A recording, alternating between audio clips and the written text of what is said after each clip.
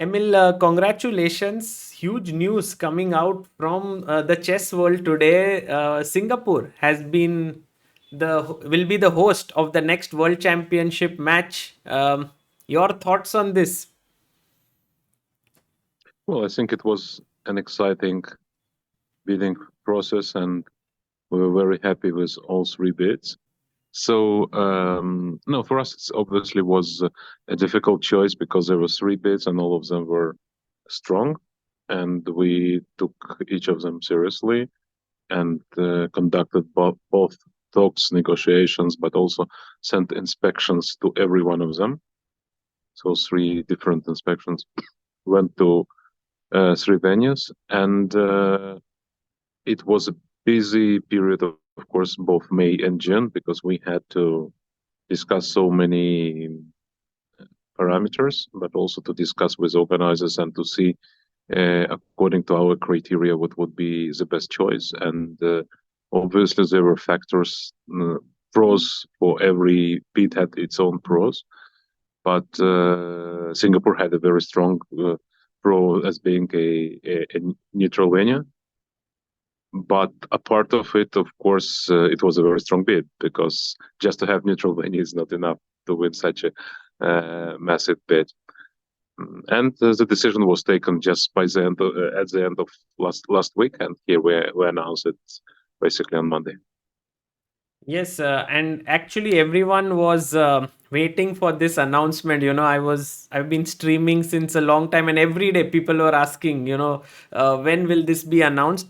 So with Singapore coming in, and you said there were various factors here. Could you tell us a bit more about their bid? Like, what was it about it that really made you and the entire team of FIDE go for it? Well, as I said, yeah. First of all, about the dates when it will come, we at the very beginning already we said that it would be at the end of June. So at end of June, indeed, the decision was taken.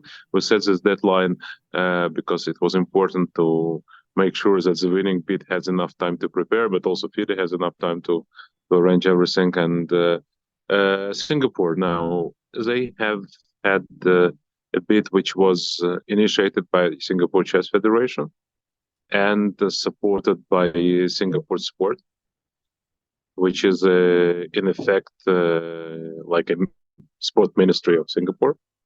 And they obviously didn't come up immediately with all the answers to all the questions, but as long as we started to work with them, we saw how serious and massive is support for the bid and how they really want to host it.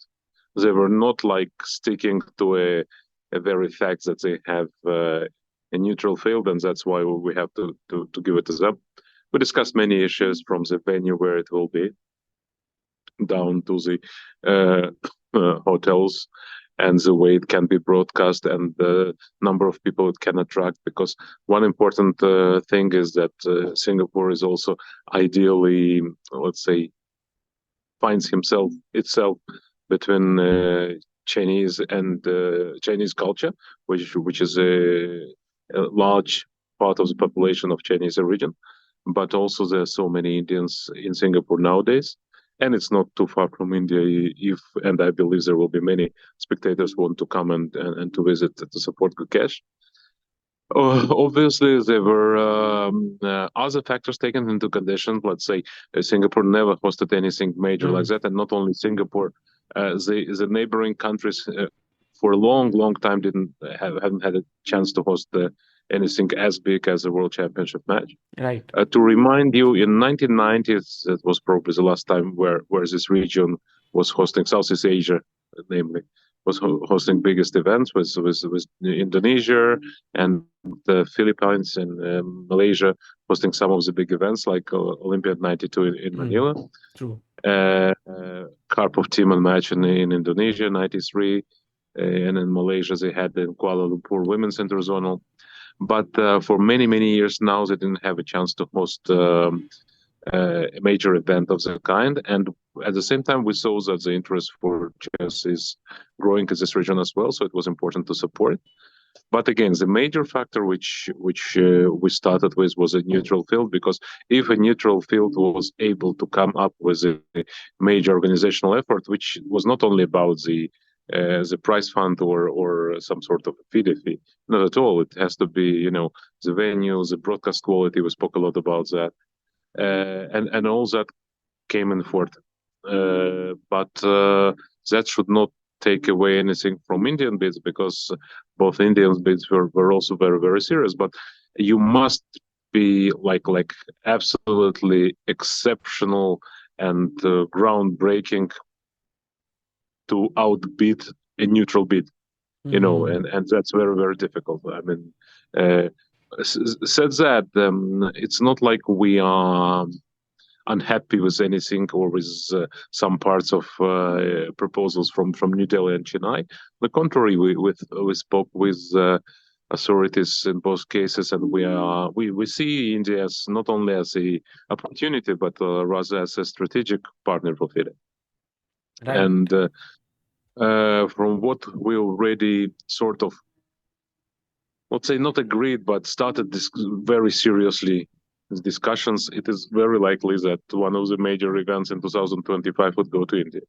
Wow, that will be very exciting. And Singapore, as you rightly pointed out, this will help to also spread chess in the country and adjoining regions. When you spoke about the venue, one of the things that you had mentioned that a lot of people would be able to attend this. Would this happen in Singapore? That many people will be able to watch it live. Yes, we obviously plan for that, both in terms of the venue which we are looking to have in order to host the match, to host numerous side activities, and side activities would include both open tournaments, Oh, some youth junior competitions, yes, lectures by top players, and of course all sort of like we had in Toronto last time. We like this idea, so we hope to recreate some sort of a fan zone. wow. It is still details are to be finalized, but we are planning it to be more than just two big guys are playing and everybody just listening to commentary and enjoying the games. No, today we realize, of course, that with an experience that people are able to get online, you need to get something exceptional to have people actually coming over and to see the match. Mm. So we are obviously planning for that. And it would be a massive effort. I'm talking almost every day to Kevin Go now, who will be chair of the local organizing committee, and he's making some serious plans, and I actually am very happy with this cooperation, because all this championship, all the entourage would require a lot of work. Let's say special prizes for hotels, because hotels in Singapore are known for being not on an expensive side. Let's put it this way. And of course, in order to have people coming to the country, to have people coming for this match, they also need to get some experience a part of the match itself, which of course would be the main thing, but still should not be the only thing. Right. And one more element which you spoke about right now is the broadcast. Are there any new ideas that we will see this time? There are numerous new ideas. The question, what could be exactly implemented, it depends largely on the venue, on the facilities, because some of the facilities you can implement with some green studio and other things, which would enable some new graphics and new way to present the game. In others, maybe you won't have it and you have more classical option. It's also a trade-off a bit, because if you want to have an open-air commentary, which we had several times, like in Dubai, Yes. where people could actually listen and see and sometimes interact with, for example, Vishy, that's great for visitors on site, but that's not very good for the production side. Mm, mm. So there are trade-offs which we would have to make. We don't have yet any sort of a final plan about that. It would be too early because we really just have concluded the bidding process. It was not like we knew it for like 3 weeks ago, True. and then we just waited till the end of month to something to happen. No, we really had a lot of discussions, and I think the last letter which was circulated and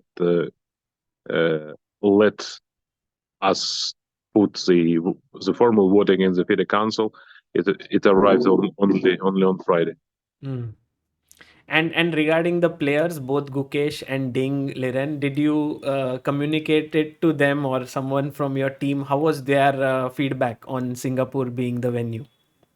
We know from Ding that he wanted to play it in Singapore. We did not inquire him. Neither we did inquire Gukesh, but he Ding himself sent in the letter asking, indicating his preference for Singapore. But for us, it was clear that in any ways, it was even in the very first bidding procedure announcement. It was mentioned that neutrality of the field is one of the important criteria. So that was already very clear, and I think that there was no doubt about that. As for Gukesh, I don't know. I mean, for him, sometimes in chess, playing in your home is disadvantage. I can recall that Vishy was not as brilliant in Madras, and then Topolov was not very convincing in Sofia, losing to Vishy. And we remember Magnus more than once not doing well in Norway and even refusing to play a match in Norway when Norway wanted to bid for 2020 match. So it is, I would say, at least double-edged. And although it would be strange for us to ask Gukesh, how do you feel that you don't play in India? And so he's a very polite guy, so he would say, I would always love to play home, but in Singapore it's nice. He would never say, oh, thanks God, I don't want to be pressed or something. No. So I don't believe in these sorts of it's not you do not get any data from that. But what I can tell that for us it was important that the ground is neutral again, and at the same time for us it's equally important that we preserve this really strong working ties with India. And I don't think there's any bad feeling, because you understand in these situations, and if there is a strong bid which is as strong as yours, but a neutral one, the likelihood of home venue for some players to be preferred is not very high. And lastly, I want to ask you, like, you as a chess fan, like, just looking at this development, the youngest challenger ever versus Ding Liren, who's the world champion, the prize fund increasing from 2 million to 2.5 million, happening in Singapore. This all sounds very exciting, at least to me. What about you? Well, I have a mixed feeling. I'm not exactly a chess fan because I was the one who drove to have all these changes. So it's I'm excited, but not as a fan, but as a, let's say, as FIDE manager, as FIDE executive who made it possible to happen. And I'm obviously excited about that. That we are increasing everything. It's not only about the prize fund. We are basically the main thing that the status of all the events will raise the bar, how the events should be conducted. It happens not only for this specific event, right? I mean, just 2 weeks ago we announced the World Rapid and Blitz in New York, and it's with a very high record budget for Rapid and Blitz competition. And we hear sometimes somewhere that this there was some sort of a boom that chess has experienced in 2020 and 21, and some other organizers or companies feel that it's over. We don't feel it's over for us. I think FIDE has been only going from strength to strength. I'm knocking the wood on my head or whatever, but we are increasing the number of tournaments, and we improve their quality, and we think that actually, these new developments only stress again how strong FIDE in regards to hosting major events. I mean, we really, if you look at it now, the string of events we're gonna have, uh, like we finished 2 weeks ago the World Corporate Championship. Okay, you can say it's not a professional event, but it's an important event, and it was staged nicely in New York. Then now in a month time, we have this very strong competition in Astana for Rapid and Blitz teams, with a majority of top players playing, with Magnus playing, with Ding playing, and so on. The list is formidable, and you can have a look at it. And it's just it's a bit of pity that there are rather few teams participating. Maybe because not everyone wants to travel, but the the teams which are participating are extremely strong. It's just like some 10 very strong teams there Right. already. Right. And then we have Olympiad. Let's not forget, Olympiad is an exciting event, huge event with it's basically a mix of a top professional event with some sort of a huge festival where you have representatives of 190 countries coming over. And then in November we have Singapore, and in December we have New York. So it indicates the interest for major events, and Also, also Global our Chess bureau. League in October, which is done with FIDE. Yeah, Global Chess League is. Yeah, yeah. I sorry for not mentioning it. I mentioned the events which are, let's say, under immediate FIDE Right. supervision. Global Chess League is made in cooperation with FIDE, but technically it's Mahindra Global Chess League. So Right. it's yes, FIDE does take part in let's say making the event to be as prestigious and as strong, but it's not necessarily can be considered like FIDE own event. Right. Right. Well, Emil, thank you so much for giving us this entire glimpse of the World Championship match just few hours after it has been announced. It's very exciting for all the chess fans, and we're going to wait for it. Like now, next four months are going to be a lot of build up towards this match that will happen. It will be. We also will create some, not only some buzz, but some also concrete offers. We think of making some packages for those who can come over and spectate. I suggest to everyone who considers to come over and to not miss it and to follow the announcements, because we want to have this special experience for those who are coming to play, to watch, to enjoy Singapore, which is a very unique place by its own. And of course, our mission would be to create all the conditions that the price would not be too heavy, and also that the experience would worth visiting. And I believe this cooperation with Singapore would be very successful one for everyone, including Indians. I know that there are some Indians who would now be unhappy that the event didn't go to their country. But I'd suggest to look at it differently. I think many events will come to India, and now with Gukesh being a candidate and potential world champion, you always have a bright future, and also a generation of, this entire generation is so bright, so you can count on many more events coming to India. Thank you, Emil, for your time, and have a safe flight. Thank you.